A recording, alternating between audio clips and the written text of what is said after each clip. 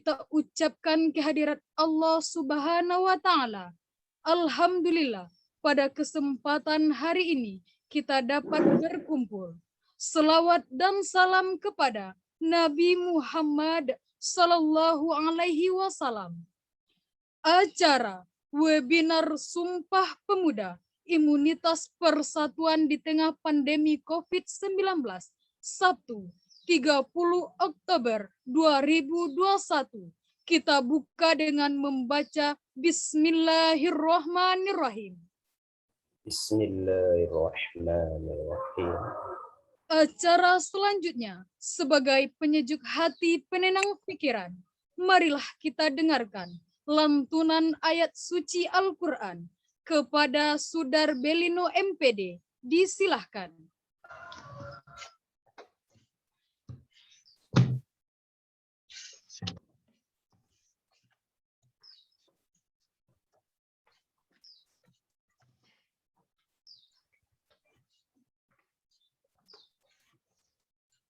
Assalamualaikum warahmatullahi wabarakatuh. Waalaikumsalam warahmatullahi wabarakatuh.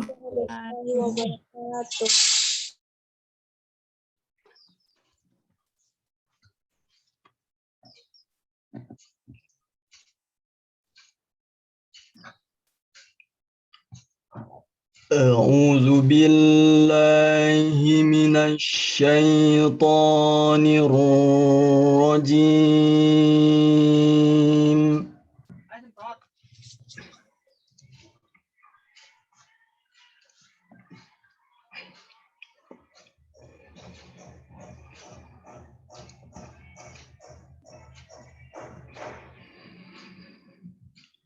Bismillahirrahmanirrahim.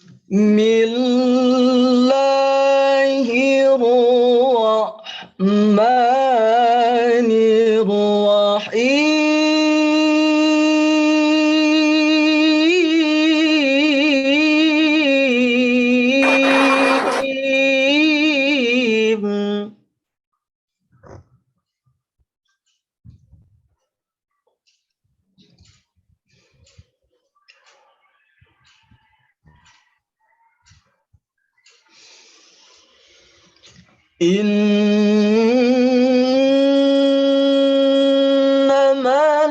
mu'minuna ikhwatun fa aslihu baina akhawaykum.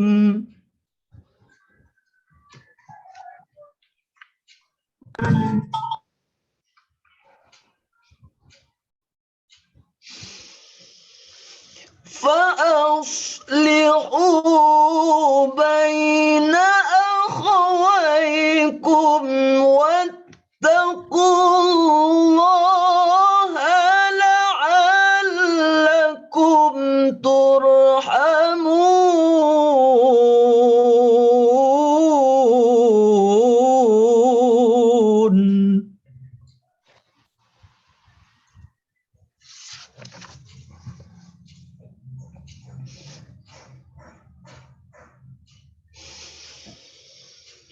Bismillahirrahmanirrahim.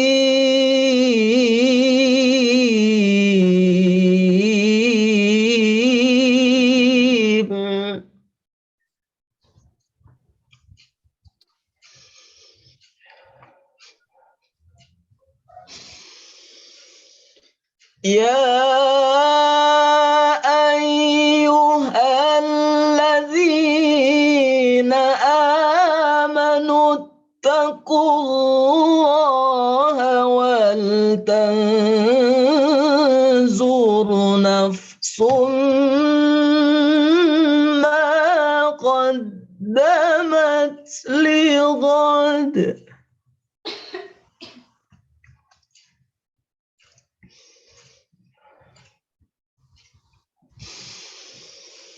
ولتنظر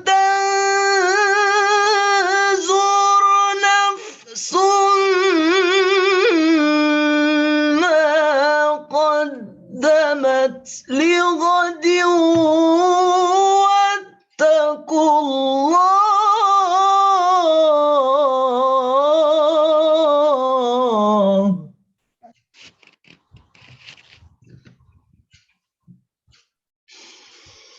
Inna Allah khabir bima ta'malun.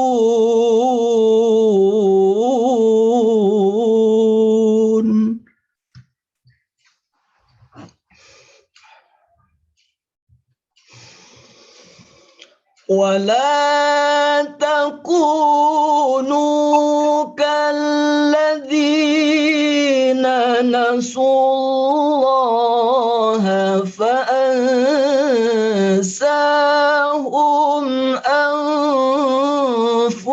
أنفسهم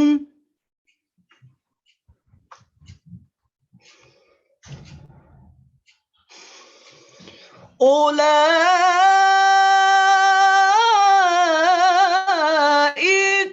هم الفاسقون.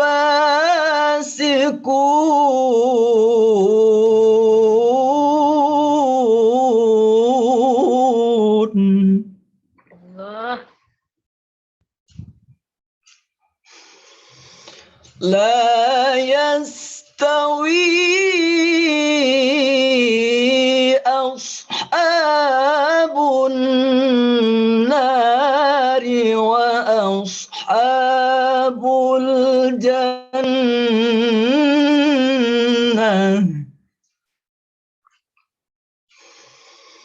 أصحاب الجنة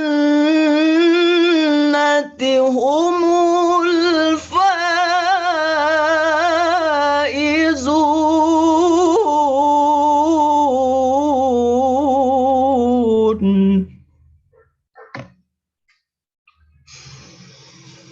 لو أنزلنا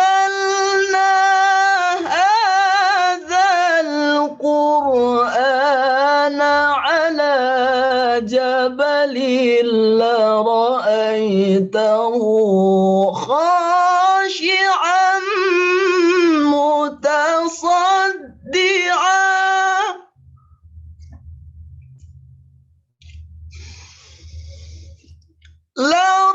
لرأيته خاشعا متصدعا من خشية الله.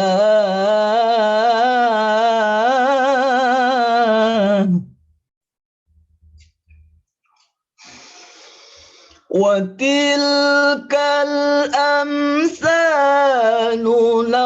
نضربها للناس لعلهم يتفكرون. صدق الله العظيم.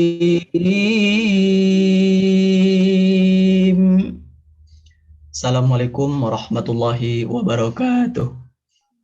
Waalaikumsalam. Waalaikumsalam warahmatullahi wabarakatuh. Baiklah, selamat datang kepada narasumber kita Bapak Dr. Riki Saputra MA selaku Rektor Universitas Muhammadiyah Sumatera Barat dan juga kepada Bapak Dr. Abdullah Husairi MA selaku Wakil Dekan 3 Fakultas Dakwah dan Ilmu Komunikasi UIN Imam Bonjol Padang. Selanjutnya, menyanyikan lagu Indonesia Raya diikuti oleh seluruh peserta webinar Sumpah Pemuda. Kepada seluruh peserta untuk mengaktifkan videonya, disilahkan.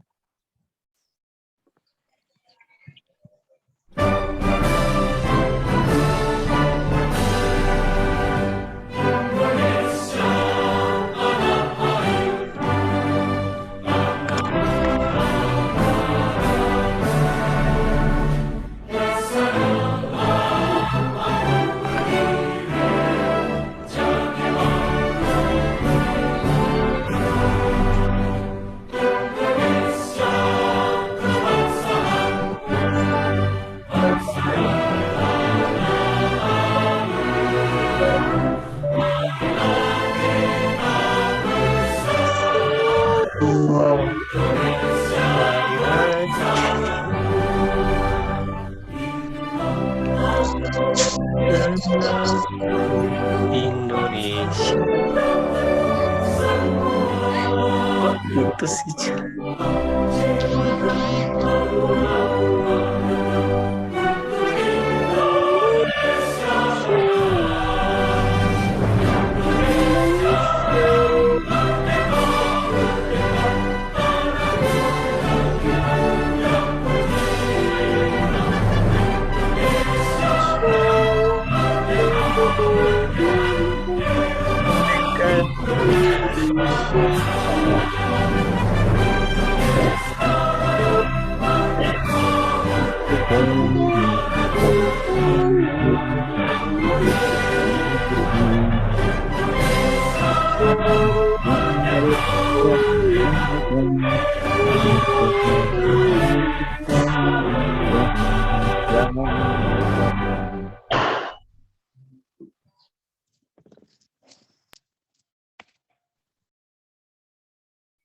Selanjutnya, sambutan dari Direktur Eksekutif Magistra Indonesia kepada Ridho Putra MAG. Disilahkan.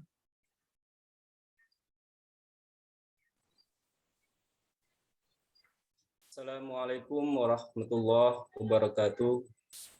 Waalaikumsalam Waalaikumsalam warahmatullahi wabarakatuh.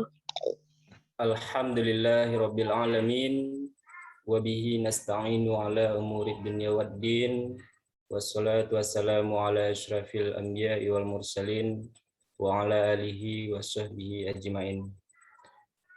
Kami hormati para narasumber, Bapak Dr. Riki Saputra MA selaku Rektor Universitas Muhammadiyah Sumatera Barat, Bapak Dr.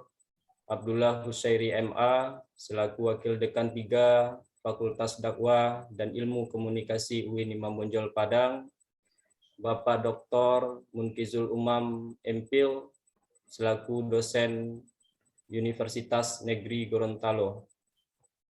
Kami hormati teman-teman panitia pelaksana webinar dalam momentum Sumpah Pemuda yang sudah berjibaku bersama-sama mensukseskan kegiatan ini.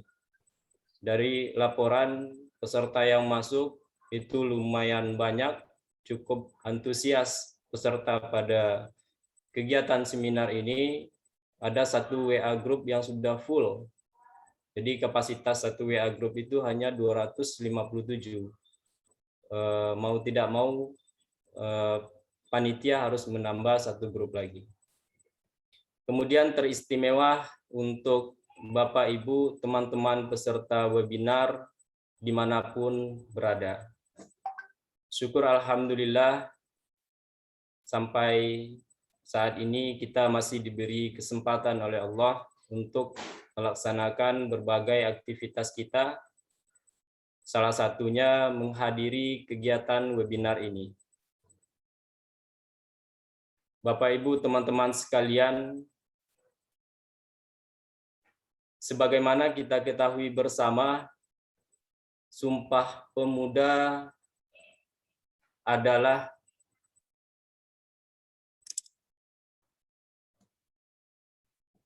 sebuah sejarah yang penuh kisah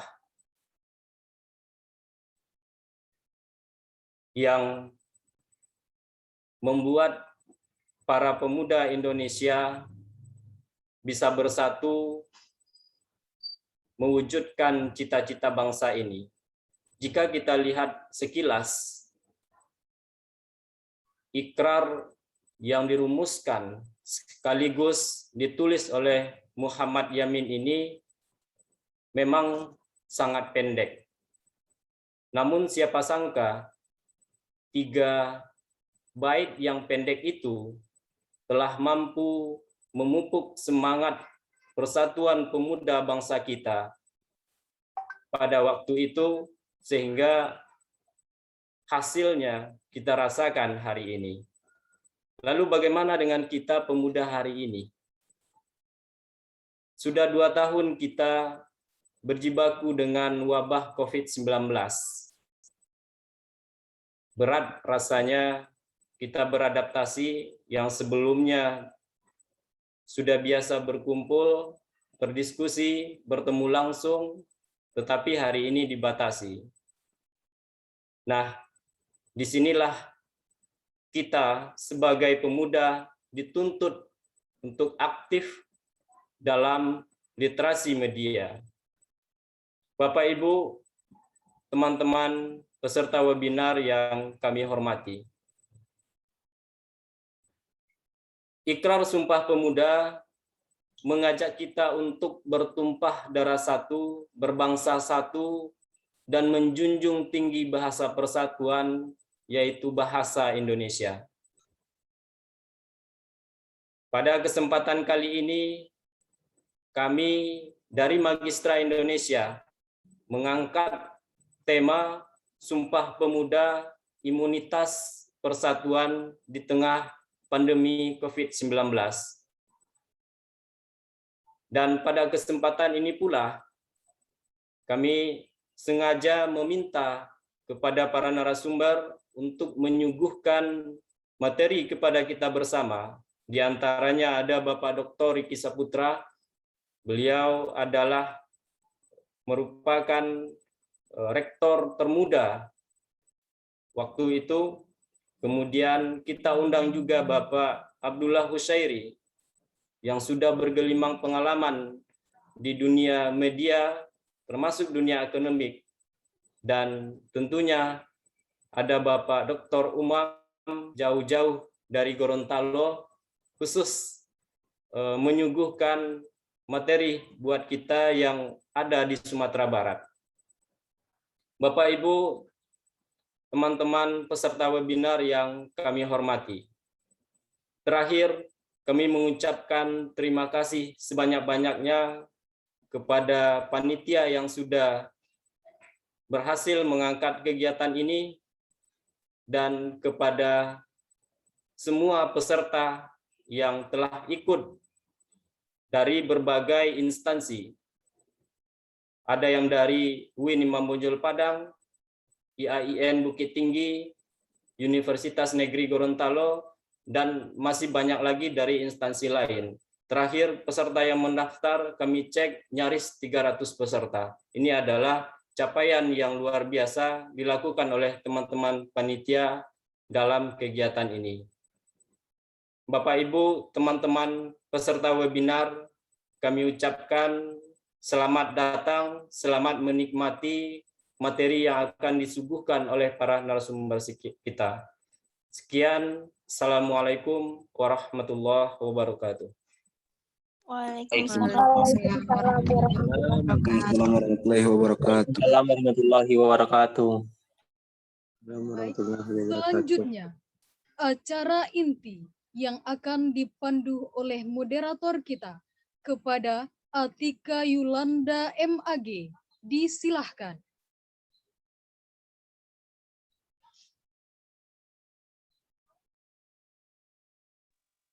Baiklah, sebelumnya terima kasih kepada host Saudari Julita Lestari yang telah mempersilahkan saya untuk membantu webinar Sumpah Pemuda kali ini. Assalamualaikum warahmatullahi wabarakatuh. Waalaikumsalam. Alhamdulillahirabbil alamin. Wassalatu wassalamu ala asrofil anbiya'i wal mursalin wa ala alihi wa ashabihi rasulillahi ajmain. Yang terhormat para narasumber Bapak Dr. Ricky Saputra MA selaku Rektor Universitas Muhammadiyah Sumatera Barat. Yang terhormat Bapak Dr. Abdullah Husairi MA, Wakil Dekan 3 Fakultas Dakwah dan Ilmu Komunikasi UIN Imam Bonjol Padang. Dan yang terhormat Bapak Dr. Munkizul Umam MPhil, dosen Universitas Negeri Gorontalo. Selanjutnya yang sama-sama kita hormati Direktur Eksekutif Magistra Indonesia beserta jajaran kepengurusan dan panitia penyelenggara kegiatan webinar Sumpah Pemuda kali ini. Dan tak lupa pula kepada bapak-bapak, ibu-ibu, teman-teman peserta webinar nasional dengan tema Sumpah Pemuda Imunitas Persatuan di Tengah Pandemi COVID-19. Baiklah, tanpa memperpanjang kata mukadimah, izinkanlah saya melanjutkan ke acara inti dengan tema imunitas persatuan di tengah pandemi COVID-19. Alangkah baiknya saya memperkenalkan diri terlebih dahulu. Nama Atika Yulanda, saya merupakan alumni dari UIN Imam Bonjol Padang, dan alhamdulillah baru menyelesaikan sekolah pasca sarjana di UIN Universitas Negeri Sunan Kalijaga, Yogyakarta. Baiklah, untuk selanjutnya penyampaian materi oleh narasumber kita. Yang pertama yaitu penyampaian materi dari Bapak Dr. Ricky Saputra MA. Sebelumnya kami akan menyampaikan secara ringkas terkait dengan biodata dari Bapak Ricky Saputra ini. Sebelumnya kita pasti mengetahui bagaimana riwayat hidup dari Bapak Dr. Ricky. Sebagaimana yang telah disampaikan oleh Saudari Ridho Saputra, Bapak Ricky merupakan seorang rektor pada Universitas Muhammadiyah Sumatera Barat. Beliau lahir di Bukit Tinggi pada tahun 1982 dan sebelumnya beliau juga menjabat sebagai Direktur Eksekutif Majelis Sinergi Islam dan Tradisi Magistra Indonesia pada tahun 2007 sampai 2012. Dan alhamdulillahnya lagi saya juga pernah diajarkan oleh beliau pada mata kuliah filsafat ilmu. Selanjutnya kita persilakan kepada Bapak Dr. Ricky Saputra untuk menyampaikan materinya dan durasinya sekitar 15 menit. Kepada Bapak Dr. Ricky Saputra kami silakan. Terima kasih moderator dan host. Bismillahirrahmanirrahim. Assalamualaikum warahmatullahi wabarakatuh. Waalaikumsalam. Waalaikumsalam warahmatullahi wabarakatuh. Rabbi shrah li sadri wa yassir li amri wahlul 'uqdatam min lisani yafqahu qawli. Yang kita banggakan tentu kawan-kawan dari Majelis Sinergi Islam dan Tradisi Indonesia bersama panitia yang ini seperti yang disampaikan oleh Direktur Eksekutifnya, hal yang sangat luar biasa dalam sisi kalau kita melihat jumlah yang hadir hampir menembus di angka 300-an. Ini berarti membuktikan webinar itu tidak membuat orang jenuh untuk bisa mentransfer of knowledge ya. Memang terkadang ada mitos itu berkembang beberapa bulan belakangan ini, tapi ternyata Majelis Sinergi Islam dan Tradisi Indonesia mematahkan mitos itu.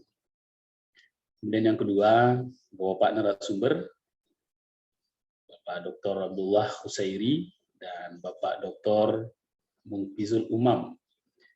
Terima kasih Pak Husairi, Pak Umam. Kita hari ini hadir bersama-sama untuk memantik adrenalin intelektual bersama-sama dalam, sebenarnya ini secara seremonial setiap tahunnya dilakukan oleh berbagai komunitas, berbagai institusi, atau dan lain sebagainya. Mudah-mudahan ada hal-hal yang baru bersifat kebaruan atau kekinian yang bisa kita berikan pantikan, itu juga terutama untuk kita itu sendiri. Bersyukur pada Allah SWT serta selawat beringat salam kepada Nabi besar Muhammad SAW. Pertama, karena dibatasi oleh waktu sekitar 15 menit, saya coba untuk memantik, menyampaikan, dan membijaksanakan waktu 15 menit itu.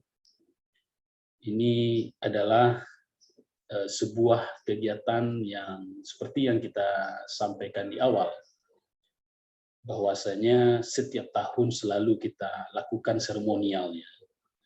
Nah, tentu ini adalah menjadi sebuah evaluasi bagi kita, terutama ini adalah generasi Z, generasi milenial, yang sebenarnya kita ketahui generasi Z ini standar kelahirannya tahun 2000 ke atas, dan ini juga memiliki secara kuantitas jumlahnya sangat banyak.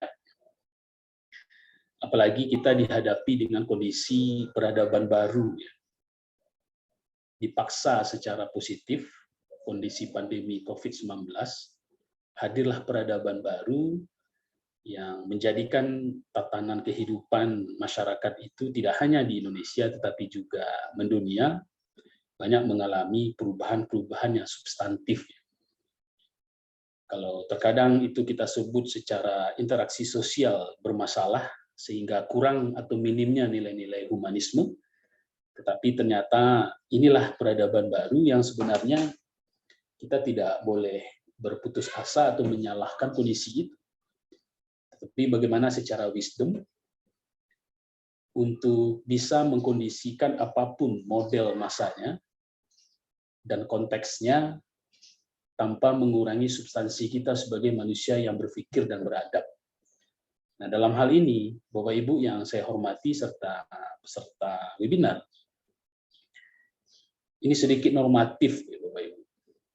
Ini perlu kita mengingatkan, terkadang ada yang isi Sumpah Pemuda itu kita memang sering terlupakan. Bagaimana kita mau untuk melihat substansi. Dari isi Sumpah Pemuda itu, kita sampaikan secara ringkas bahwasanya mengaku bertumpah darah satu. Kemudian yang kedua, mengaku berbangsa yang satu. Dan yang ketiga, menjunjung bahasa persatuan. Nah, melihat dari isi Sumpah Pemuda ini, tentu ini adalah merupakan perjanjian suci, ya. Perjanjian sakral antara pemuda-pemuda yang ada di Nusantara Indonesia itu untuk mewujudkan cita-cita, bisa berkumpul, membangun ide-ide, membangun gagasan-gagasan yang bernas, yang cemerlang, yang pada konteks zaman itu adalah untuk melawan penjajah Belanda. Ya, apakah mulai dari sisi politik, mulai dari perspektif pendidikan, kesehatan, dan ekonomi. Nah, tentu ini adalah bagaimana pada waktu itu konteksnya mewujudkan negara Indonesia yang kuat dan berdaulat. Tidak melihat asal-usul, tidak melihat etnis, tidak terjebak kepada ras. Nah, kalau kita hubungkan sebenarnya jauh-jauh hari, pada zaman Nabi Muhammad SAW di Madinah, kaum Ansar dan kaum Muhajirin, ya, itu juga ada nilai persatuan, ya, juga ada nilai persatuan. Nah, tentu ini adalah pembelajaran bagi kita di generasi yang hidup pada zaman sekarang, yang dihadapi dengan peradaban baru, seperti apa bentuk konteks kita memahami isi Sumpah Pemuda itu merupakan perjanjian sakral yang mewujudkan persatuan. Artinya tidak ada keterpecah belahan. Nah, saya mencoba untuk memahami pada konteks sekarang itu harus ada, kita tidak terlepas dari value atau nilai. Karena nilai itulah yang akan membimbing kita, yang akan menjadikan kita itu menjadi betul-betul manusia yang tidak terlempar. Kalau saya mengistilahkan dengan menggunakan filosof dari Jerman itu, Martin Heidegger pada Walabat Modern, manusia yang terlempar dari lingkungan sosialnya, di lingkungan intelektualnya, di lingkungan agamanya. Walaupun pada hakikatnya secara fisik dia itu bersama-sama. Nah, tentu ini adalah bagaimana kita untuk bisa menjaga, mengukuhkan, merawat, serta bertahannya value atau nilai-nilai yang kita sebut itu. Satu nilai itu menurut saya adalah spiritual, kemudian yang kedua intelektual, dan yang ketiga itu empirikal. Tiga nilai ini tidak bisa berdiri sendiri atau tunggal. Saling berintegrasi, harus berkelindan di dalam setiap individu manusia. Ketika tiga nilai ini hanya bertahan sendiri, tidak terintegrasi dengan nilai-nilai yang lain, maka itu justru akan semakin memperparah. Di saat manusia yang berakal dan beragama itu dalam menghadapi peradaban baru. Nah, apalagi kita sebut dengan generasi milenial. Nah, misalnya begini Bapak Ibu dan peserta webinar yang saya banggakan. Spiritual yang kita maksud di sini adalah tentu nilai-nilai substantif dari masing-masing ajaran agama yang kita anut. Nilai substantif agama, kita tidak terjebak kepada dengan nilai-nilai yang bersifat religiusitas. Religiusitas itu banyak terhubung dengan hal-hal yang bersifat seremonial di dalam agama atau ritual. Banyak terkadang kita di dalam beragama itu melupakan nilai-nilai spiritual, namun kita masih bertengger dan memahami bahwasanya nilai religiusitas itulah nilai yang paling tinggi. Kita kasih sebuah contoh sederhana Bapak Ibu yang saya hormati. Misalnya, kalau kita beragama menjalankan ritual, apakah dalam agama Islam itu seperti sholat, membayar zakat, menunaikan ibadah haji. Ini yang kita namakan dengan religiusitas itu. Tetapi kalau kita tidak paham dengan spiritualnya, di balik sholat, di balik ibadah itu, maka tentu hal-hal yang bersifat muamalah, hal-hal yang bersifat kemanusiaan di saat kita berinteraksi dengan alam, itu menjadi luput dan menjadi hilang. Sehingga disitulah terjadinya kita saling menyalahkan. Sibuk mencari kesalahan orang dan juga selalu memikirkan orang itu adalah calon kuat penghuni neraka, tetapi kita lupa kalau hal-hal yang seperti itu adalah bukan substansinya wewenang kita sebagai manusia yang berakal dan beragama. Sehingga terjadilah perpecah belahan.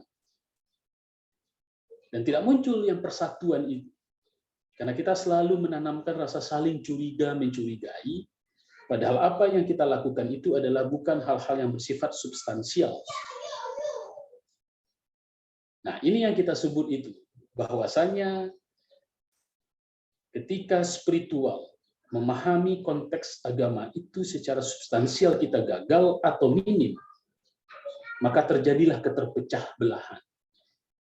Menganggap kita yang paling hero, yang paling suci, ya walaupun terkadang apa yang kita lakukan kritikan kepada seseorang, kepada komunitas, atau kepada kelompok itu adalah bukan hal-hal yang prinsip. Ataupun sebenarnya kalau itu adalah hal-hal yang prinsip, hal-hal yang pokok, tentu kalau kita betul-betul memahami nilai spiritual itu dengan baik, maka metodologi penyampaiannya, dakwahnya itu bisa diwujudkan adalah secara intelek, secara baik. Nah, jadi ini yang kita maksud nilai yang pertama. Kemudian yang kedua, nilai intelek. Tentu harus berilmu. Harus ada kita memiliki otoritas keilmuan. Akan sulit kita bisa untuk mempunyai penguasaan ilmu, penguasaan pengetahuan, baik itu satu, dua, atau beberapa persoalan di dunia ini, karena kita tidak akan bisa dianggap, tidak akan bisa untuk bisa berkontribusi Nah, tentu adalah intelek atau ilmu itu sangat dipentingkan dan sangat diperlukan. Dan yang terakhir itu adalah empirikal. Nah, tentu yang empirikal kita maksud di sini adalah kalau saya menghubungkan dengan adagium di Minangkabau, itu alam tak kambang jadi guru atau alam terkembang jadi guru.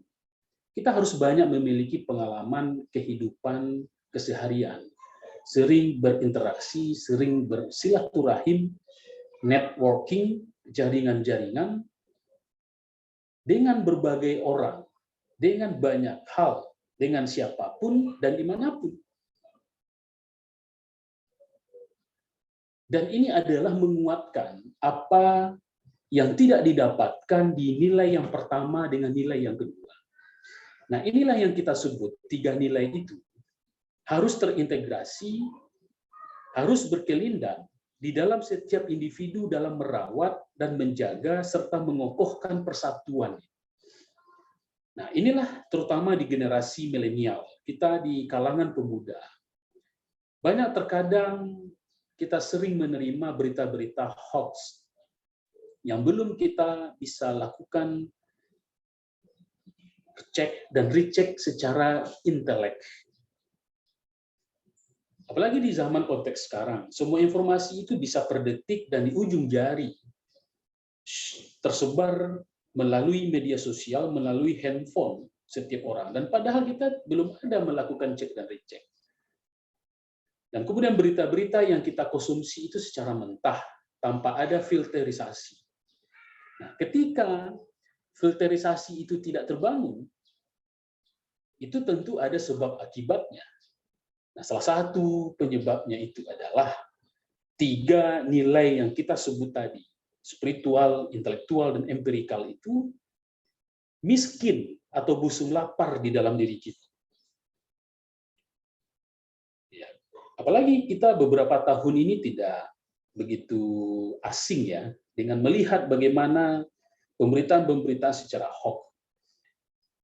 Ataupun kalau pemberitaan informasi-informasi yang kita dapatkan itu adalah memang teruji kebenarannya, nah inilah lagi-lagi tentu kita harus bertengger dengan cara berdakwahnya, dengan cara mensosialisasikannya, dengan cara menyampaikannya itu adalah juga dengan secara elegan, juga dengan secara al-hikmah atau secara wisdom.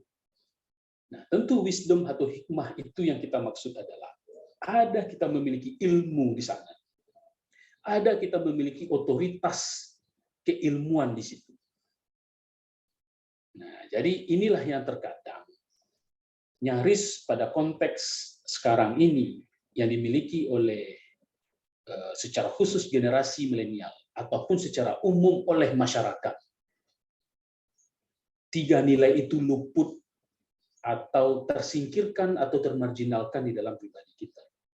Nah, kemudian yang terakhir, ini sudah lebih dari 15 menit. Terakhir, apa langkah konkret untuk bisa kita melakukan atau mewujudkan, terutama di generasi Z atau di kalangan-kalangan pemuda hari ini? Kita harus siap berdakwah. Tentu berdakwah di sini bukan berarti hanya dipahami secara kaku berdakwah melalui rumah ibadah semata. Tetapi wajib kita dengan cara untuk memanfaatkan media sosial yang sangat akrab dengan generasi hari ini untuk menyampaikan informasi-informasi yang ada 3 nilai tadi yang harus kita lakukan. Jangan hanya sampai bertahan informasi itu hanya untuk diri kita. Ya, misalnya kayak Pak Dr. Abdullah Husairi, Pak Dr. Umam, dan juga mungkin begitu saya, dan lain-lainnya. Yang mempunyai berpikir yang sama, harus wajib kita itu berdakwah. Apakah itu di rumah ibadah, ataupun di komunitas-komunitas seperti webinar ini, ataupun memanfaatkan media-media sosial dengan kita terus menyeimbangkan informasi-informasi.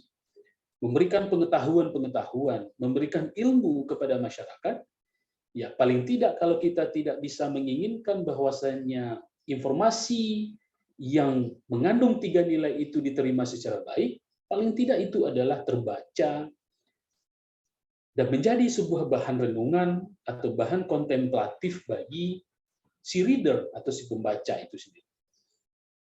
Nah, jadi inilah Bapak Ibu dan peserta webinar yang saya hormati. Bagaimana pada konteks sekarang kita memahami isi dari Sumpah Pemuda itu yang merupakan perjanjian sakral menjaga persatuan. Karena memang kalau ini tidak kita lakukan, maka akan disintegrasi bangsa itu akan tetap terus lalu menganga. Nah, ini adalah tentu adalah harapannya pada generasi-generasi hari ini untuk bisa memanfaatkan. Dan justru akan menjadi sesuatu hal yang aib ketika anak-anak muda yang intelek tetapi masih misalnya kurang dengan spiritual, dengan empirikal itu, maka inilah gunanya masing-masing generasi itu untuk saling mengisi dan saling memberi. Saya pikir itu sementara dulu, nanti kita bisa berdiskusi untuk memaksimalkan pemikiran-pemikirannya. Saya akhiri, billahi bisabil haq, fastabiqul khairat. Assalamualaikum warahmatullahi wabarakatuh. Waalaikumsalam warahmatullahi wabarakatuh. Baiklah, terima kasih kami ucapkan kepada Bapak Dr. Ricky Saputra atas pemaparan materinya. Yang dapat kita tangkap di sini yaitu dalam memperingati Sumpah Pemuda ini kita tidak boleh melupakan makna-makna dari inti Sumpah Pemuda. Kita tidak boleh melupakan nilai-nilai. Ada 3 nilai, yaitu yang pertama spiritual, intelektual, dan empirikal. Kita mempunyai potensi akal dan dengan itu kita harus selalu menyaring, harus selalu menggunakan potensi akal itu untuk menyaring informasi-informasi yang ada. Kita tidak boleh langsung menerima informasi baik itu di media sosial maupun di media lainnya. Selanjutnya kami ingatkan kepada para peserta yang mempunyai pertanyaan atas pemaparan materi dari Bapak Dr. Ricky Saputra, silakan untuk mengisi pada kolom chat. Selanjutnya kita beralih kepada narasumber kedua yaitu Pak Dr. Abdullah Kusyairi MA. Sebelumnya beliau sekarang merupakan Wakil Dekan 3 Fakultas Dakwah Ilmu Komunikasi UIN Imam Bonjol Padang dan beliau juga merupakan Majelis Sinergi Islam dan Tradisi Indonesia pada tahun 2006 dan beliau dahulunya dalam pelatihan jurnalistik mahasiswa di UIN Imam Bonjol Padang. Waktu dan tempat kepada Bapak Abdullah Kusyairi kami persilakan. Terima kasih Ibu Moderator. Assalamualaikum warahmatullahi wabarakatuh. Waalaikumsalam warahmatullahi wabarakatuh. Ya, izin saya membagi share screen.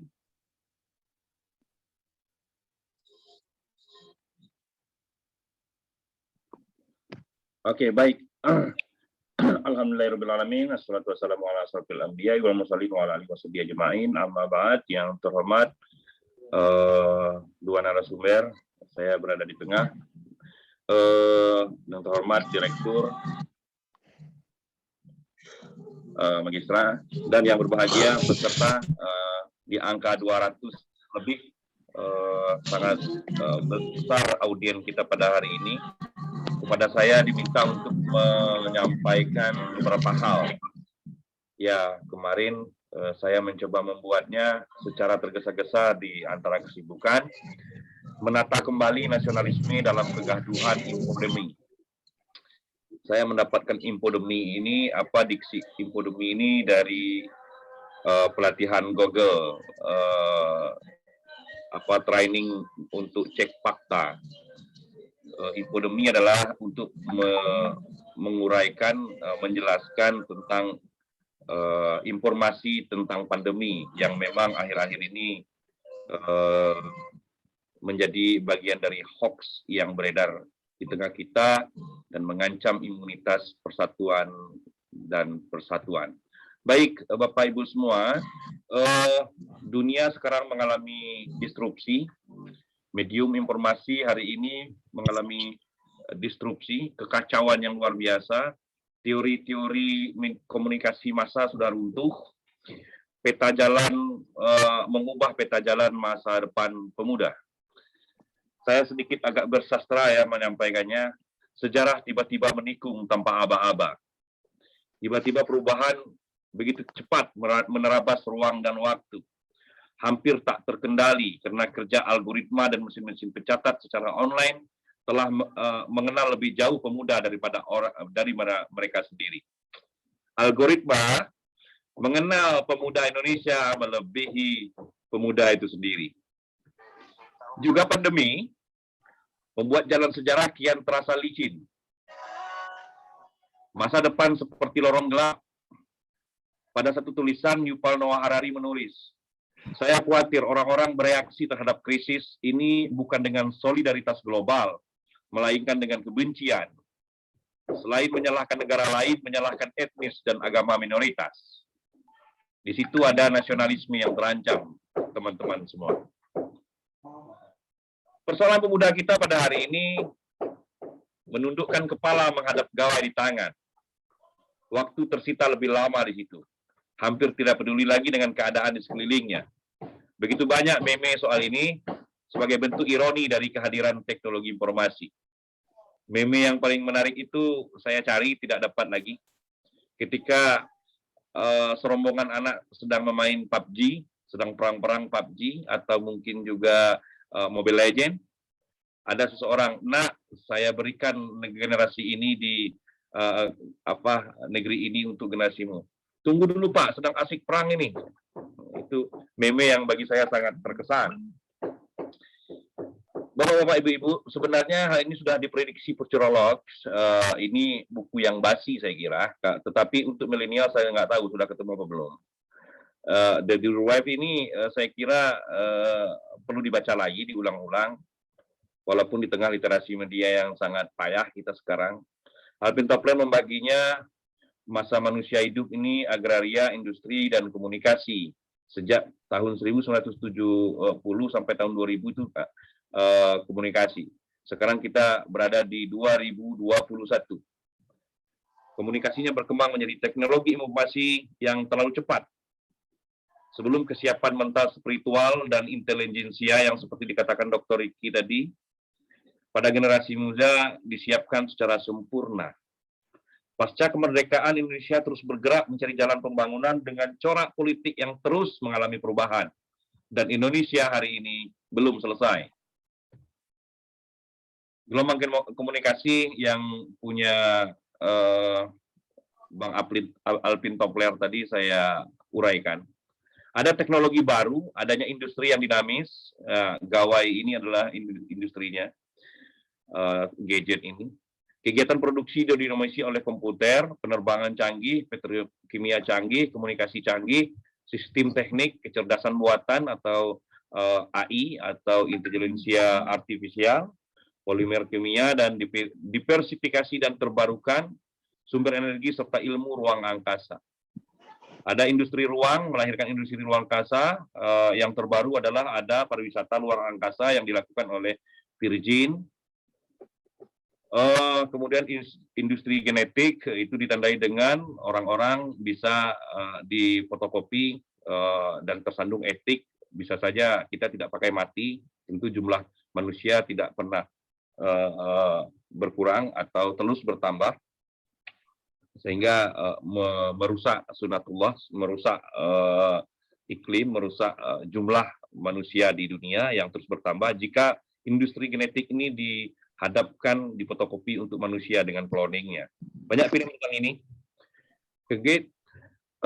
Saya tertarik sekali dengan Kompas majalah Tempo 2008 dengan judulnya Secari Kertas untuk Indonesia. M. Yamin menyodorkan kepada orang yang kepada sekelompok orang yang akan membacanya, inilah dia Sumpah Pemuda itu. 3 kalimat yang sangat kuat, kokoh, semacam energi yang membuat 15 tahun kemudian Indonesia merdeka. Indonesia merdeka oleh pemuda-pemuda handal, mahasiswa tidak tamat kuliah, bro.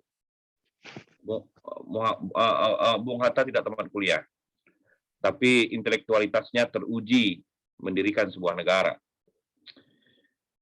Memiliki visi yang tegas anti kolonialisme, bangkitnya nasionalisme, dan memang mungkin pada masa itu adalah rezimnya atau iklim berkembang adalah anti kolonialisme dan bangkitnya nasionalisme. Indonesia merdeka oleh mereka yang bergerak menjalankan visi misi, mengorbankan banyak hal, harta, nyawa, waktu, tenaga, bahkan asmara, bro. Bung Hatta belum menikah sebelum negeri ini merdeka. Dan itu pun ada cerita menarik, di mana kalau tidak dijodohkan oleh Soekarno, tidak juga menikah dia. Indonesia merdeka tetapi belum selesai dalam banyak hal, tetapi tumbuh dengan baik dan benar sebagai sebuah entitas bangsa negara, nation state. Tidak mudah tentunya bila membandingkan dalam corak negara lain yang berdiri karena suku, yang berdiri karena agama, karena sebuah daerah saja. Kita archipelago yang sangat luas sekali. 75 tahun setelah merdeka adalah hari ini. Pemuda sedang sibuk dengan genggaman teknologi informasi, nyaris tercerabut dari akar budaya yang pernah diagungkan sebagai budaya adiluhung bangsa. Infodemi, informasi tentang pandemi meruyak kemana-mana, menyaru ke dalam banyak kepentingan, termasuk mengancam ketenangan atau persatuan dan kesatuan. Ada godaan untuk meruntuhkan kepercayaan publik terhadap institusi-institusi yang dikembangkan oleh pemerintah demi memperkokoh sendi-sendi negara. Politik, kekuasaan, ekonomi menggerus kesibukan yang lain yang sedang meningkatkan keajaiban nasionalisme seperti yang kita lakukan sekarang. Ini data yang selalu saya ungkapkan, penetrasi internet di mana-mana sudah mencapai sangat tinggi sekali, 73%, artinya sebentar lagi akan mencapai 100%. Ini Januari 2021, dan hebatnya 275 juta masyarakat Indonesia kalah banyak dari gadget yang beredar. Hebat kan? Berarti ada yang memegang 2 sampai 3. Dan inilah laporan yang dihabiskan masyarakat Indonesia di WhatsApp 30 jam, Facebook 17 jam, Instagram pada generasi XZ 17 jam, TikTok dan Facebook sangat ketinggalan sekarang karena itu hanyalah kaum-kaum tua seperti saya. Apa ini bertanah air satu, tanah Indonesia? Kita masih bertahan dengan sikap NKRI yang hebat, NKRI harga mati, katanya. Tetapi tetap menemukan masalah krusial. Persoalan krusial berkembang intoleran di masa pandemi, perkembangan hoax dan fake news, informasi di dunia maya sangat kumuh, lusuh, jauh dari kejernihan, butuh pekerjaan lagi agar mendapatkan informasi yang benar. Kedua, berbangsa satu, bangsa Indonesia. Apakah persoalan ini sudah selesai? Belum. Masih ada kerikil-kerikil menuju semangat kebersamaan sebagai suatu bangsa. Masih ada kecurigaan antar suku, antar agama, antar golongan, antar ras, bahkan antar pulau. Contohnya Papua. Proses keindonesiaan kita masih berlangsung terus-menerus, harus dijaga, jika tidak hati-hati bisa terjerumus. Bertanah air satu, tanah air Indonesia. Ketiga, berbahasa satu, bangsa Indonesia. Ini pula yang berlangsung dirasakan sehari-hari. Betapa menulis, berbicara dengan bahasa Indonesia yang baik sangat sulit ditemukan. Saya selalu ada masalah. Saya merasakan ada yang salah, keliru. Sementara bahasa lain itu ditingkatkan pengajarannya. Pemuda hari ini tidak berpedoman pada pedoman umum ejaan bahasa Indonesia. Temuan saya pada bimbingan skripsi, saya berani menyimpulkan kecintaan terhadap bahasa Indonesia yang baik dan benar itu tidak terjadi. Hanya slogan semata. Menulis tidak dengan cinta. Sampai jam 10. Ini persoalan nasionalisme, pemahaman terhadap masalah Pancasila, Pasca reformasi penurunan pemahaman, termasuk pemuda hari ini yang lahir tahun 2000, yang 21 tahun umurnya hari ini, eksklusisme sosial, arus globalisasi, hedonisme, konsumerisme, ini masalah yang terus ada, kesenjangan sosial, kegagalan negara, yang saya kira menjadi persoalan nasionalisme. Ini yang tidak dihormati nih. Moral publik yang dikatakan Jonathan Haidt, mulai tidak peduli dengan bahaya bersama, tidak care, tidak fairness, tidak liberty, loyalty, authority, dan sensitivity. Ini hendaknya kita, Magistra saya kira punya kepentingan mengkampen 6 moral publik ini. Hari ini dunia ruang tanpa batas hampir sudah melibas dramaturgi panggung belakang, panggung depan, hal-hal yang tak patut diberikan ke ruang depan, kita berikan ke ruang depan, sehingga intoleransi berkembang biak, beranak pinak. Kesadaran terhadap ruang depan, ruang belakang, atau panggung depan, panggung belakang sesuai teori dramaturgi di dunia maya kita sudah rusak. Penutup, apa yang diperlukan? Kita harus membangkitkan nasionalisme dalam dada anak bangsa, pemuda-pemudi Indonesia. Menekan laju ideologi yang tidak bersetuju dengan kehadiran NKRI yang cenderung ahistoris terhadap perjalanan bangsa. Melalui teknologi kita harus melakukan itu, dan teman-teman hari ini sudah memulainya dengan menjadi peserta Magistra, yaitu Majelis Sinergi Tradisi dan Islam. Gawai di tangan semestinya membantu solidaritas persatuan, bukan memecah belah persatuan dan kesatuan. Menghidupkan kembali spirit persatuan dan kebersamaan untuk melawan seluruh hal yang mengganggu ketertiban, keamanan, dan kenyamanan yang telah dicapai. Ini adalah keajaiban. Tentu ketika kita belajar melihat bagaimana Arab Spring, Afghanistan, segala macam. Alangkah naif kalau ini kita runtuhkan kembali. Kita sudah berdiri di atas hasil dari para pendiri kita. Pemuda hari ini harus menyiapkan diri sesegera mungkin dalam tempo yang sesingkat-singkatnya, karena waktu cepat berubah, angin berubah arah, menggantikan generasi usang. Mengubah diri adalah mengubah Indonesia. Banyak maaf. Assalamualaikum warahmatullahi wabarakatuh. Waalaikumsalam warahmatullahi wabarakatuh. Warahmatullahi wabarakatuh. Ucapkan terima kasih kepada Bapak Abdullah Kusyairi yang telah memaparkan materinya pada webinar Sumpah Pemuda kali ini. Di sini dapat kita tanggap bahwa kita sebagai anak bangsa, kita sebagai pemuda harus selalu membangkitkan semangat nasionalismenya. Untuk membangkitkan semangat nasionalisme itu, kami mengingatkan dengan kepada para peserta untuk menyampaikan, misalkan ada keluh kesah, adanya pertanyaan yang ingin disampaikan kepada narasumber, kami silahkan untuk mengisi pada kolom chat yang tersedia. Selanjutnya, kita beralih kepada narasumber yang ketiga, yaitu Bapak Mungkizul Umam MPhil. Sebelumnya beliau adalah dosen tetap pada Fakultas Sastra Budaya Universitas Negeri Gorontalo, dan beliau juga merupakan seorang pimpinan Pondok Pesantren Al-Falah Gorontalo. Kepada Bapak, waktu dan tempat kami persilahkan. Durasi waktunya maksimal 15 menit. Baik, terima kasih. Assalamualaikum warahmatullahi wabarakatuh. Waalaikumsalam warahmatullahi wabarakatuh. Alhamdulillah wassalatu wassalamu ala Rasulillah. Rabbi shrah li sadri wa yassir li amri wahlul 'uqdatam min lisani yafqahu qawli wa ba'du. Yang saya hormati para narasumber, Bapak Dr. Riki Saputra MA, juga Rektor Universitas Muhammadiyah. Yang saya hormati Bapak Dr. Abdullah Kusyairi, panitia pelaksana, para peserta yang sebagian besar adalah anak-anak muda yang kita sangat respect dengan semangat mereka di hari ini. Biasanya anak-anak sekarang itu bahkan sepekan, 2 pekan sebelum akhir pekan itu sudah merencanakan liburannya kemana, pengennya kemana, tapi ini luar biasa. Teman-teman para peserta hari ini sudah standby. Saya juga mengucapkan terima kasih atas kepercayaannya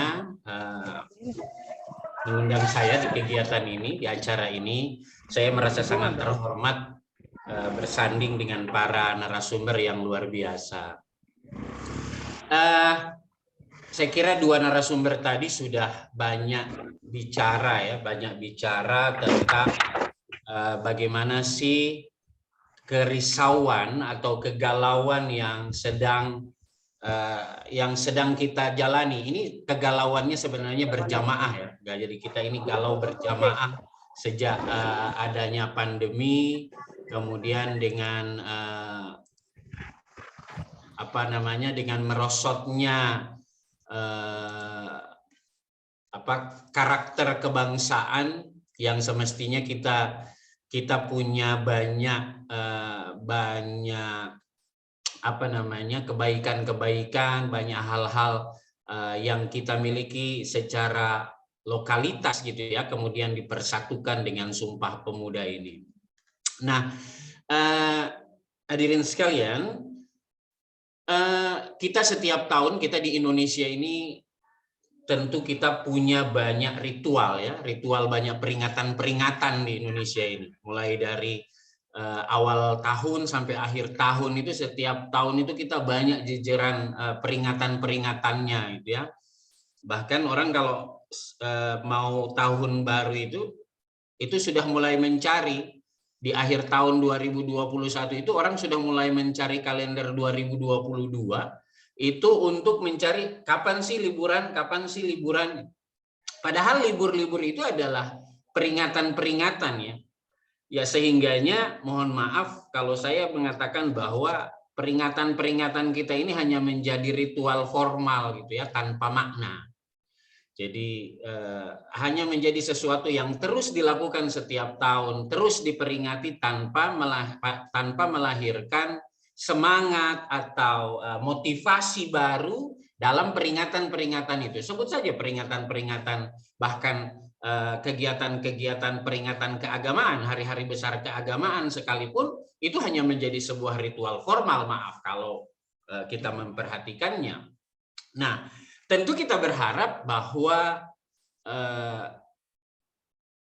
itu tidak terjadi. Kita menginginkan bahwa peringatan-peringatan itu menjadi sesuatu yang kembali menghadirkan ruh atau istilahnya minimal motivasi.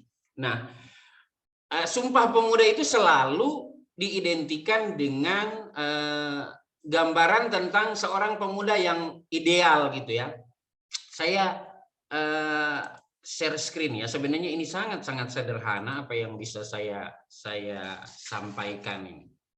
Nah, saya sebenarnya mengutip apa yang dikatakan oleh Imam Syafi'i gitu ya. Kemudian terus diinterpretasikan, ditafsirkan secara panjang lebar oleh tokoh-tokoh pendidik sekarang. Bahkan kemarin juga saya menonton potongan videonya Gubernur Jakarta yang sebenarnya kalau dia lebih merujuk ke hal ini gitu ya. Kalau kita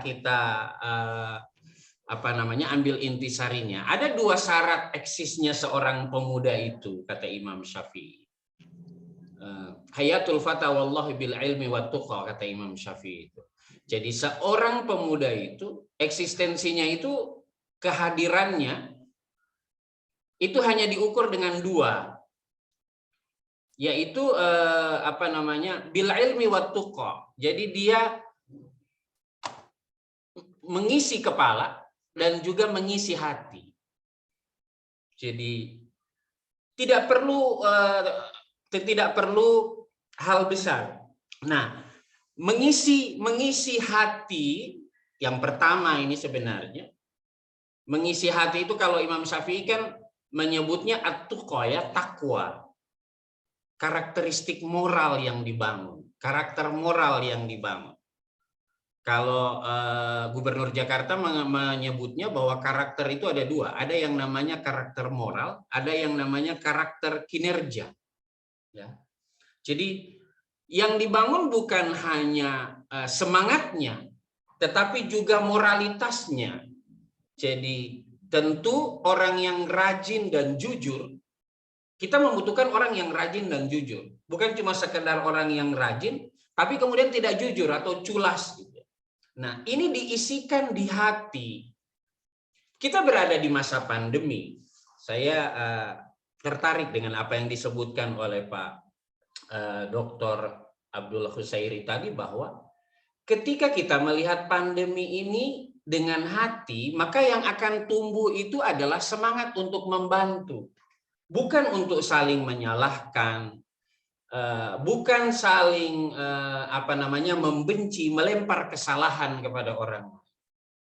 Nah, dalam Sumpah Pemuda ini sebenarnya kalau kita melihat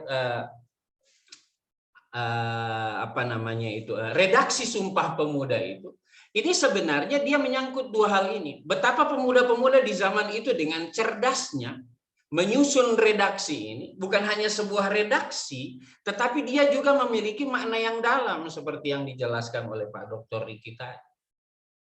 Orang yang tidak punya hati, pemuda yang berpikir egois, dia tidak akan pernah berpikir bagaimana memajukan bangsa ini secara bersama, secara berjamaah. Orang yang hanya akan memikirkan dirinya sendiri, yang penting kelompoknya maju, dirinya sendiri tidak terkebelakang, itu sudah cukup. Tetapi ketika pemuda yang memiliki karakter yang luar biasa, memiliki menjunjung tinggi moralitas, maka dia tidak hanya akan berpikir untuk dirinya sendiri, dia punya hati untuk bisa mengasihi dan mengajak orang lain maju bersama dia. Ya. Nah, baru kemudian setelah hatinya terisi dengan karakteristik, maka kemudian yang diisi adalah kepalanya, diisi dengan kompetensi. Kompetensinya itu ya, kalau tadi Dr. Husairi bilang, ini kan kita berada di zaman di mana orang lebih banyak menundukkan kepala gitu ya, menundukkan kepala. Orang menundukkan kepala bukan karena rasa hormat, tapi lebih sering banyak berinteraksi dengan media sosial, banyak berinteraksi dengan handphonenya. Orang bahkan kalau kita lihat di meme-meme yang berkembang itu, ketika ada kebakaran orang tidak kayak dulu itu, orang kalau kebakaran itu yang dia lakukan pertama kali adalah berusaha mencari sumber air. Kalau sekarang kan orang ada kebakaran yang dia cari dulunya adalah handphonenya. Ya. Sampai ada juga tulisan yang mengatakan bahwa dulu kalau emak-emak itu kalau anaknya sakit itu pasti dia carikan obat gitu ya. Cari obat apa aja diracik untuk kesembuhan anaknya. Nah, emak-emak sekarang, mudah-mudahan ini pemuda-pemuda yang tidak jadi emak-emak seperti itu ya. Emak-emak sekarang kalau anaknya sakit yang diambil handphone juga. Yang dia lakukan adalah ya bikin status gitu ya, cepat sembuh anakku sayang. Lah bagaimana mau sembuh? Anaknya tidak akan sembuh hanya dengan status-status di media sosial. Saya juga sering mencontohkan kalau di kampung saya itu 20-30 tahun, 10-20 tahun yang lalu itu, ketika ada orang di kampung itu sakit, maka itu cuma dari berita dari mulut ke mulut, ada orang sakit di opname di rumah sakit, itu sekampung gitu ya, berbondong-bondong ke rumah sakit jenguk. Lah sekarang orang sakitnya langsung yang sudah bikin status gitu, fotoin botol cairan, sudah check in di rumah sakit gitu. Nggak ada yang jenguk, paling orang cuma komen aja GWS. Kepedulian itu yang sebenarnya itu sudah di kepedulian terhadap sesama itu sudah dibangun dari Sumpah Pemuda itu. Sudah dibangun sejak awal, kepedulian terhadap seluruh bangsa ini. Kepedulian terhadap orang lain, bukan hanya sekedar kepedulian kesukuan, tetapi pemuda-pemuda yang berasal dari beragam suku itu sudah membangun komitmen bersama. Sekalipun memang kita tidak pungkiri ya, dari banyak berita yang kita dengarkan bahwa memang pandemi ini juga sudah mendorong, mendorong kolektivitas kebangsaan itu. Sudah mendorong itu, bagaimana tidak di banyak tempat banyak orang yang tergerak hatinya untuk menolong orang lain.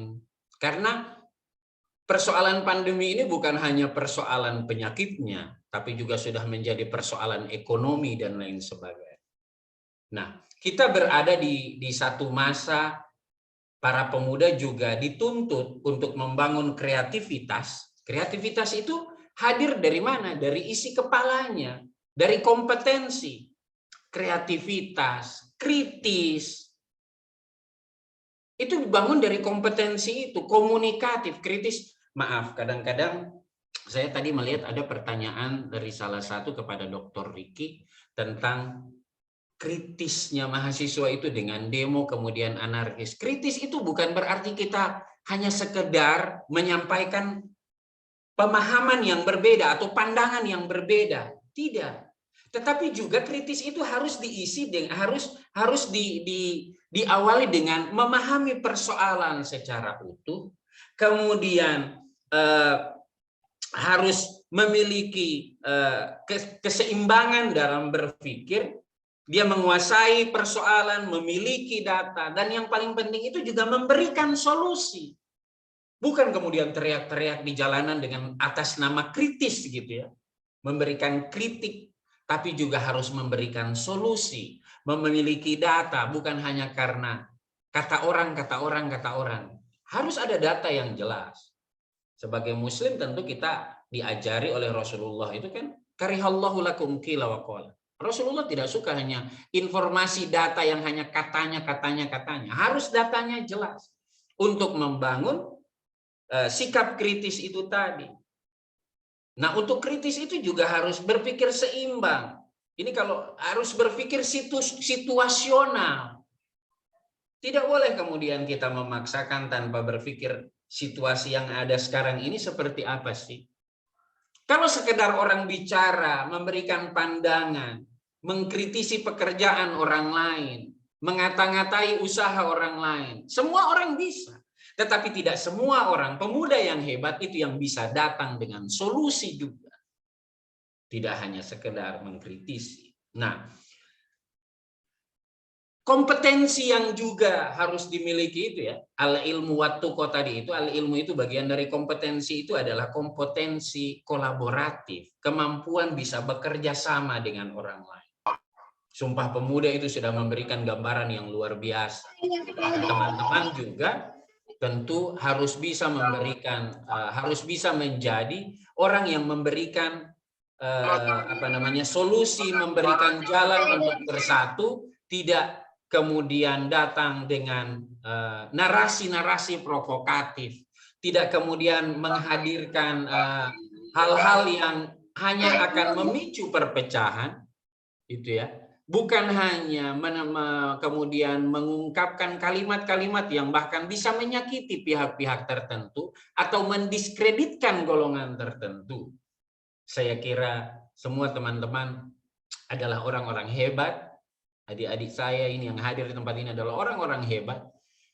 Maka sekali lagi sebenarnya webinar ini, peringatan Sumpah Pemuda ini adalah untuk kembali mendorong semangat itu, untuk tidak menjadi sebuah peringatan ritual formal yang hanya terus berjalan tanpa kita bisa menggali nilai di dalam. Saya kira sesederhana itu yang bisa saya sampaikan, sudah 16 menit ini sepertinya. Saya persilahkan kembali kepada host.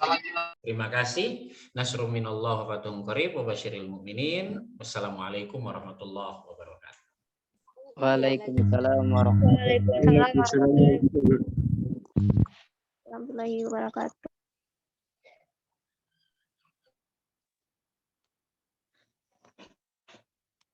Baiklah, terima kasih kami ucapkan kepada ketiga para narasumber yang telah menyampaikan materinya pada webinar Zoom kali ini.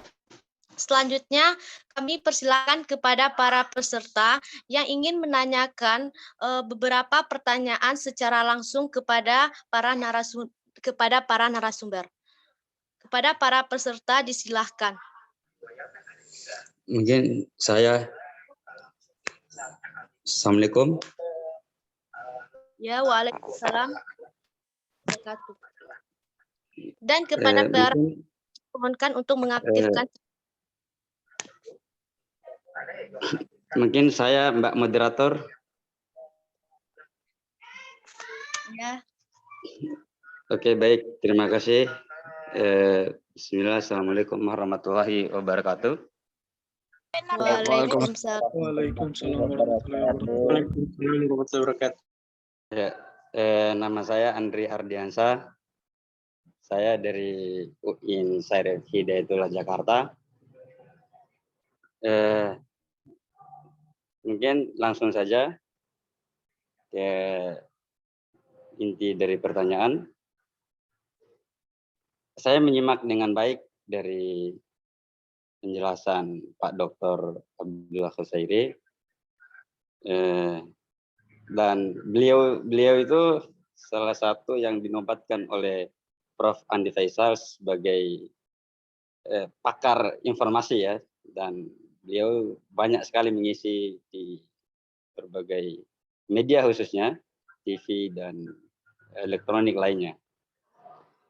Beliau adalah senior saya sebenarnya di UIN Syarif Hidayatullah Jakarta. Tidak heran jika misalkan ulasan-ulasan beliau adalah sangat runut dan jelas. Karena beliau adalah salah satu pakar keilmuan di informasi. Saya ingin menarik dari salah satu penjelasan beliau bahwa di saat ini anak muda banyak yang menundukkan kepala, bukan karena dia taat dan tunduk terhadap Tuhannya gitu ya, tetapi sudah dimiringkan oleh teknologi, kira-kira begitu, di mana di era disruption ini seolah-olah kemudian semua menjadi abu-abu, yang hak tidak lagi terlihat hak gitu kan, yang batil juga kemudian begitu, semuanya bercampur aduk. Nah, posisi kita sebagai pemuda khususnya, karena kita ini bicara tentang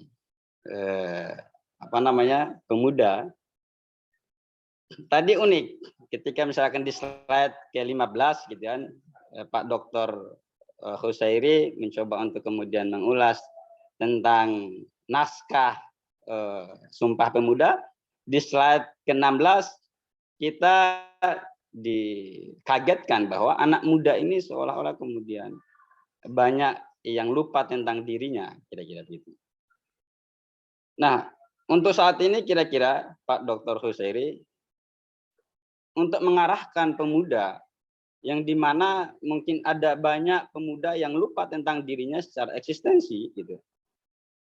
Dulu mungkin keilmuan, tadi juga kemudian saya suka sekali dengan bahasanya beliau bahwa di tahun sebelum pra kemerdekaan gitu ya, di mana para pemuda-pemuda kita zaman dulu bahwa berkobarkan api semangatnya untuk kemudian melawan kolonialisme gitu.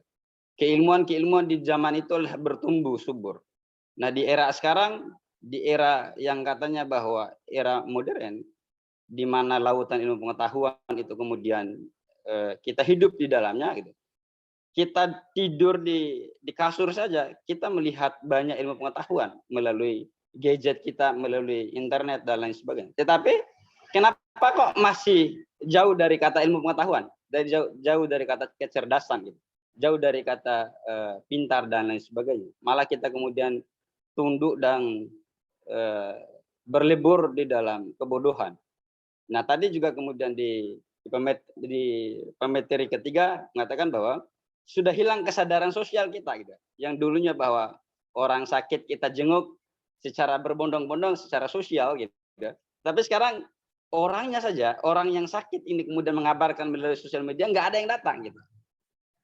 Nah, dulu saya masih ingat sekali bahwa kata senior saya di Jogja itu tahun 2000-an sampai 2007 2008 ke sini bahwa di tempat-tempat makan itu bukan lagi menjadi kumpulan orang-orang yang hedonis, gitu kan, tetapi kumpulan-kumpulan orang-orang yang bicara tentang keilmuan. Nah sekarang di Jogja tidak saja dalam tanda kutip ya, tidak saja kita menghilangkan marwah kejogjaan yang dulu katanya bahwa kota pendidikan, gitu kan, kota keilmuan. Tetapi hari ini tempat-tempat itu sudah menjadi tempat-tempat hedonis. Sekarang bukan lagi tempat keilmuan, tempat-tempat makan, gitu kan, tempat-tempat pacaran dan lain sebagainya. Nah, itu sinkron, inheren dengan apa yang kemudian disampaikan oleh Pak Dr. Husairi bahwa keilmuan atau kesadaran kita sebagai anak muda sudah mulai memudar. Mungkin sekian Pak Dokter. Salam hormat Pak Dr. Husairi, senior saya, dan Mbak Atika ini adalah teman saya di Jogja. Kira-kira begitu. Terima kasih. Sekian dan saya kembalikan kepada moderator. Baiklah, terima kasih kepada Mas Andri yang telah memaparkan dan sekaligus bertanya kepada Bapak Dr. Abdullah Husairi. Selanjutnya, jika ada peserta yang ingin bertanya, memberikan pertanyaan secara langsung, kami silahkan.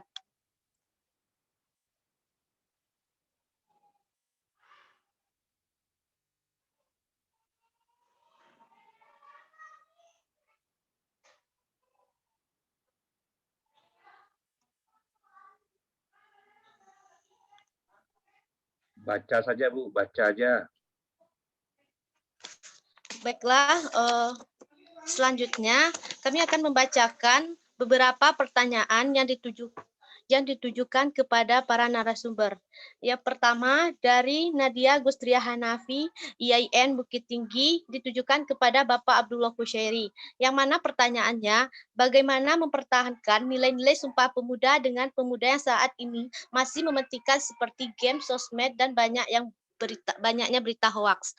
Selanjutnya juga kepada Bapak Abdullah Husairi, yaitu Yarkami Huzaimah. Bagaimana cara mengatasi pemuda yang kecanduan gawai? Sebenarnya antara kedua pertanyaan ini hampir senada. Bagaimana upaya mempertahankan para pemuda agar tidak kecanduan dengan sosmed dan gawai tersebut? Dan kami izinkan kepada Bapak Abdullah Husairi, waktu dan tempat disilahkan. Baik, terima kasih Bu Moderator. Saya mencoba untuk merangkaikan tanggapan dari Bro Andri dan pertanyaan dari Bukit Tinggi tadi. Baik, pertama karena ini disrupsi atau kekacauan, dia seperti gelombang badai yang segera tenang. Tenang, kalau tidak ditenangkan dia akan terus. Berarti ada harus gerakan untuk menenangkannya. Saya kira tidak ada yang salah dan tidak ada yang keliru. Mungkin kita berada pada posisi awas di jurang kita berdemokrasi pada hari ini. Teman-teman yang lahir dari tahun 2000 sampai 2000 ke sininya itu adalah generasi Z, Alpha, yang ternyata memang sudah beralih ke Instagram lebih banyak daripada dari Facebook. Dan Anda pada hari ini dan teman-teman hari ini saya kira adalah masyarakat Instagram, bukan masyarakat Facebook. Saya lah yang masyarakat Facebook itu. Persoalan-persoalan yang terjadi di dunia maya kita pada hari ini adalah mirror of mass atau cerminan dari masyarakat kita. Itu teoritis itu. Yang ternyata eskapisme atau pelarian-pelarian dari kenyataan-kenyataan hidup yang dihadapi mereka sehari-hari. Apakah ini bisa menjadi gawat di masa depan pemuda-pemuda? Tidak. Saya punya optimisme bahwa ada kejenuhan, ada kurva akhir dari kurva yang kita pahami, teori kurva itu, ada orang jenuh. Tapi memang ada tendensi di mana orang baru berinternet, baru punya HP, dulu saya merasakan karena zaman saya adalah zaman BlackBerry, zaman Yahoo Messenger, saya zaman old sekali yang teman-teman saya generasi bomber yang akhir yang bisa berkenalan dengan namanya mesin ketik. Teman-teman tidak ketemu dengan mesin ketik, tidak ketemu dengan Windows 95. Saya ingin mengatakan bahwa hari ini ketika Anda lahir, gawai dan internet sudah menyebar. Saya ingin mengutip satu kata yang selalu saya kutip, senang sekali saya mengutip ini. Ketika kebohongan menyebar ke seluruh dunia, kebenaran baru saja memakai celana. Itu sebuah buku, sebuah kutipan dari buku yang berjudul Blur, Bill Kovacs. Kenapa saya mengatakan itu? Karena teknologi informasinya berkembang pesat melebihi kapasitas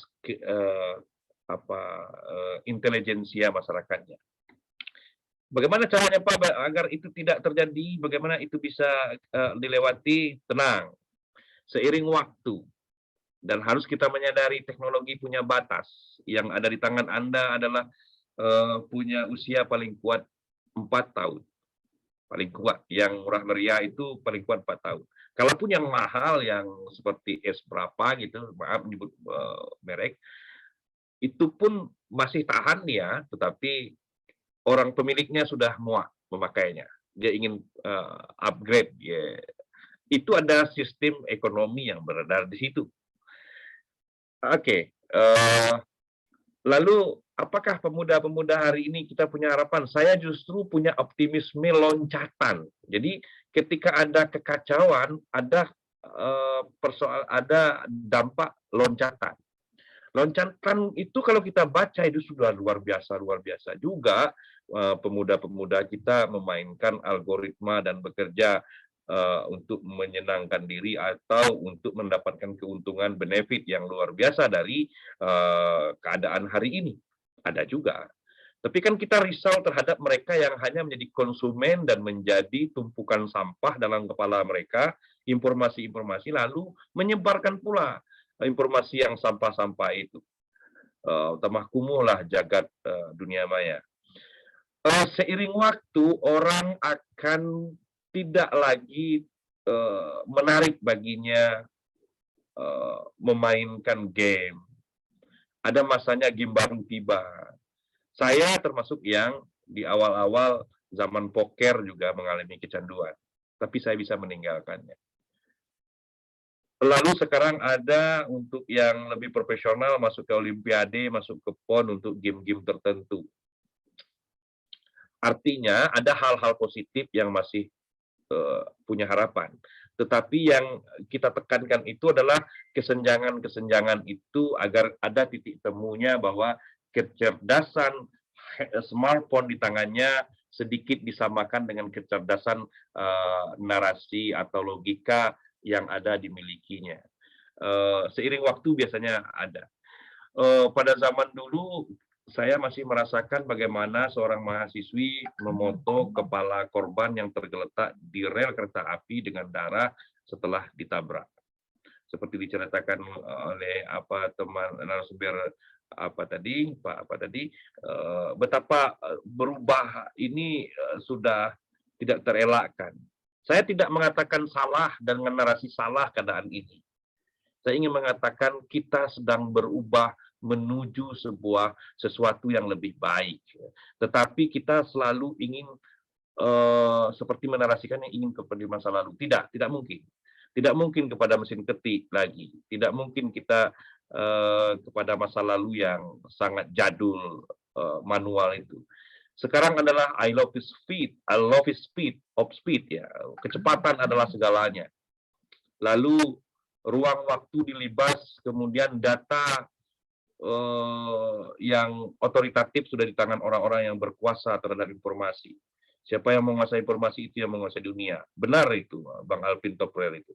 Bang mungkin Zul tadi, Bang Umam tadi mengatakan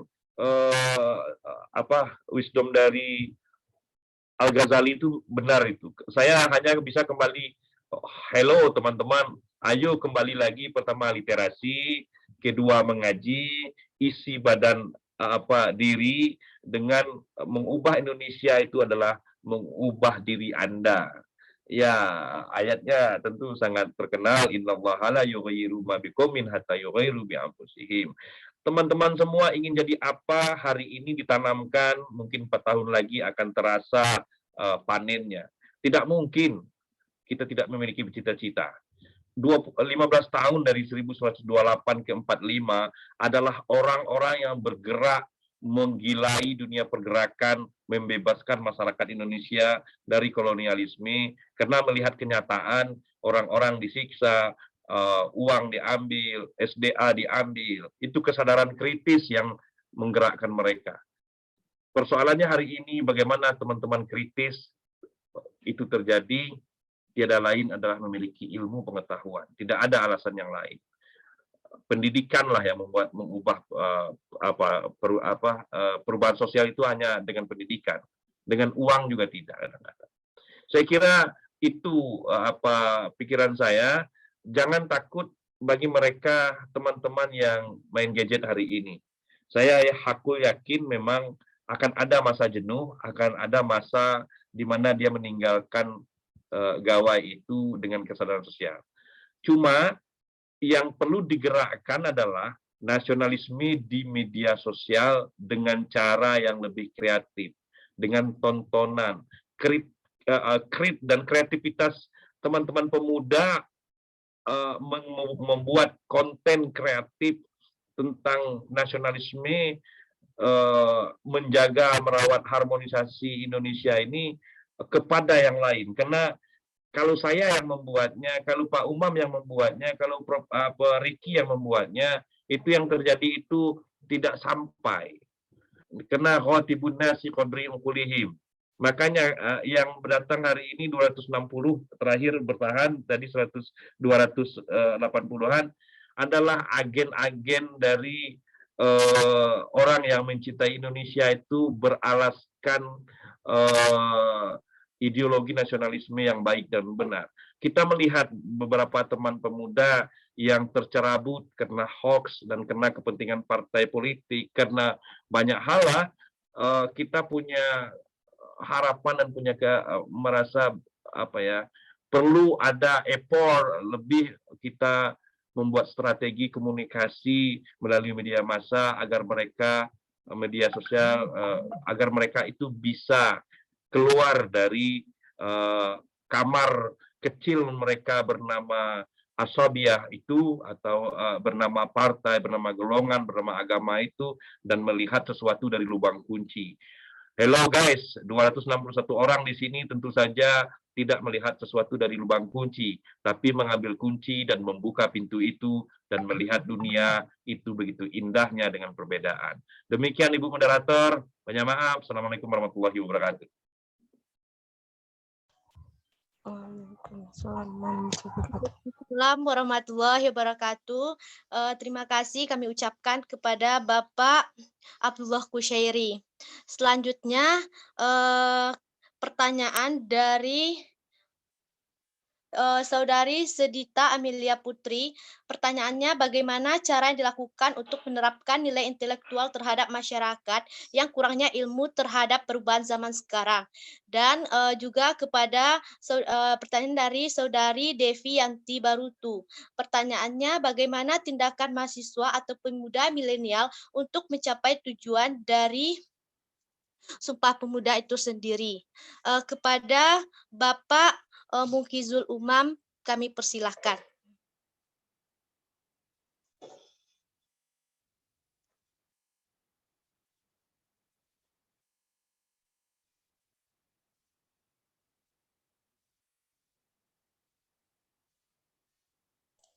Maaf, bisa diulangi kembali, Mbak?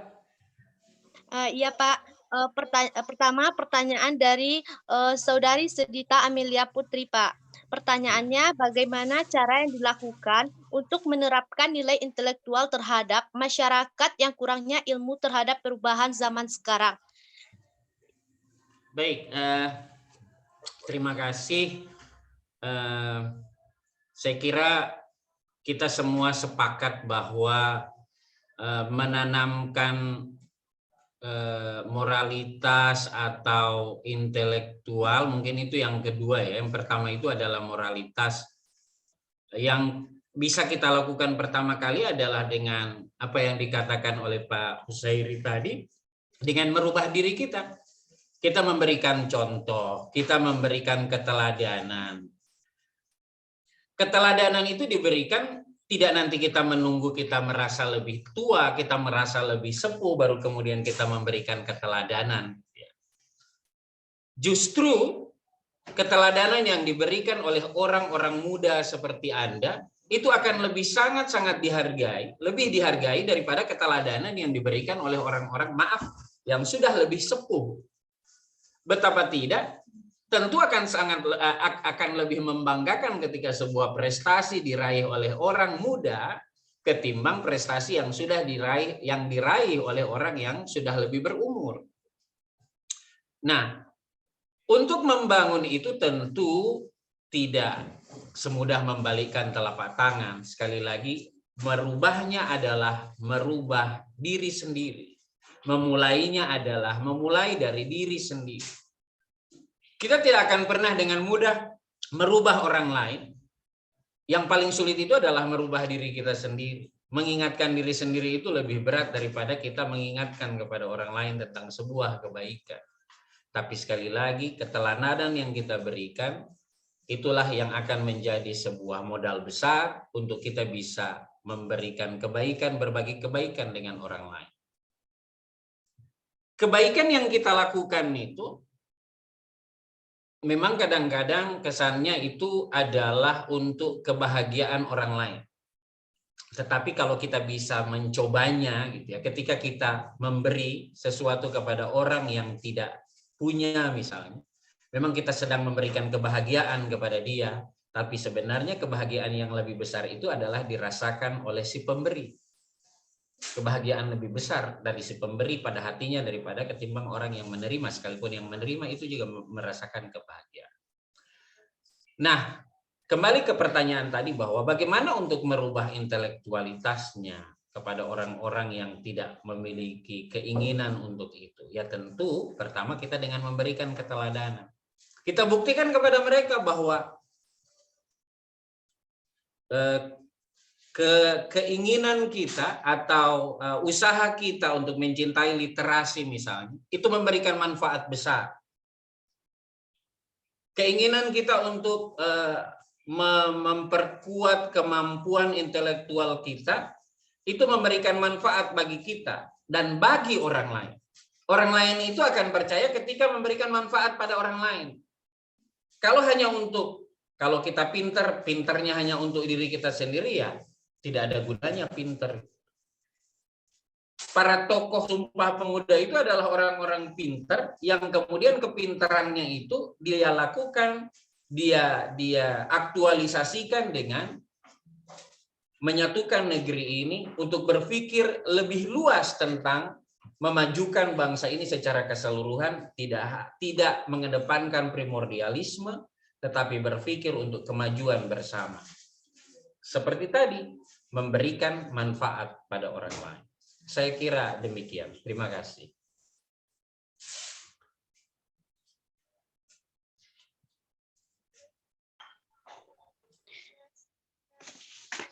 Baiklah, terima kasih kami ucapkan kepada Bapak Munkizul Umam.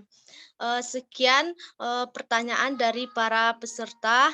Terima kasih banyak atas pemaparan materi kepada ketiga para narasumber, dan juga terima kasih kepada para peserta webinar yang telah hadir dan sangat antusias terhadap webinar kali ini.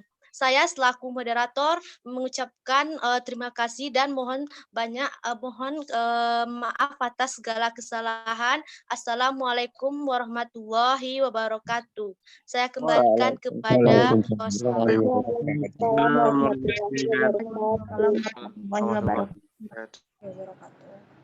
Baiklah, terima kasih kepada moderator Atika Yulanda MAG.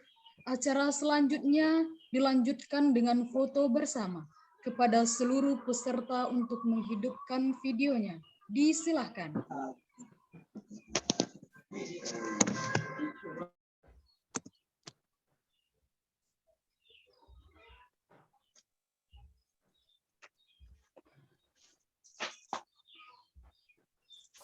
Ayo aktifkan videonya dulu. Semuanya. Hitung. 1. Siap.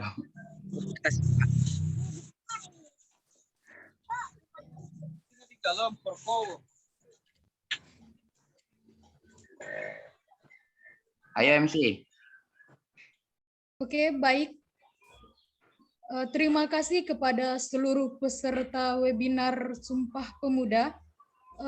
Dengan berakhirnya sesi foto bersama tadi, maka sebelum penutupan, saya pun teringat kata Najwa Shihab, pemuda masa silam menggelorakan kehendak bersatu. Hari ini rayakanlah Indonesia tanpa ragu. Saya sebagai pembawa acara, terima kasih atas perhatian. Mohon maaf atas segala kekurangan. Assalamualaikum warahmatullahi wabarakatuh. Slide-nya sebelum. Waalaikumsalam warahmatullahi wabarakatuh.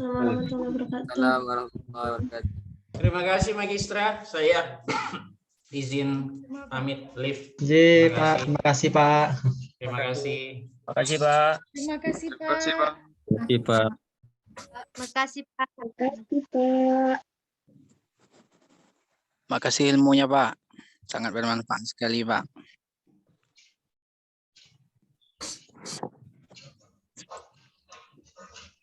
Makasih Kakak. Iya. Terima kasih Pak. Izin live Pak. Assalamualaikum warahmatullahi wabarakatuh. Absensi para peserta gimana? Udah ini. Waalaikumsalam Alhamdulillah. warahmatullahi wabarakatuh. Waalaikumsalam warahmatullahi wabarakatuh. Teman-teman yang ngisi absensi, Waalaikumsalam warahmatullahi wabarakatuh. sertifikatnya otomatis masuk ke email ya. Jadi bagi teman-teman yang sudah mengisi absensi, coba cek emailnya sudah masuk sertifikat atau belum. Iya Pak. Ya. Ya Pak. Baik Pak. Terima kasih banyak Pak. Ya.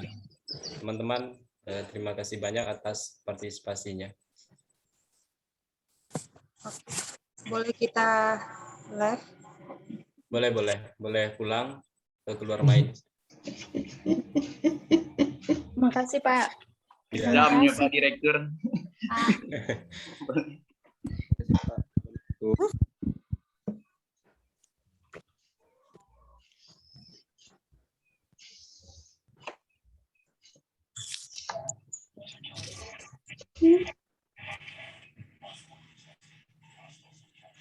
Mahasiswa budak bertanya. Nak tanya tadi Pak, tapi gagal ambo dalam aja nampak.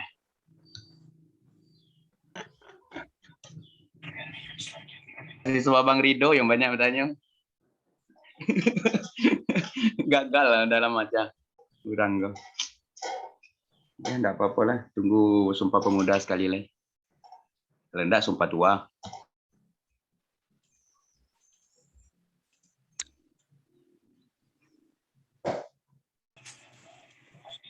Kak Dian. Oke, kita live. Terima kasih semuanya atas kerjasama yang baik dan para peserta yang hadir. Thank you for your attention.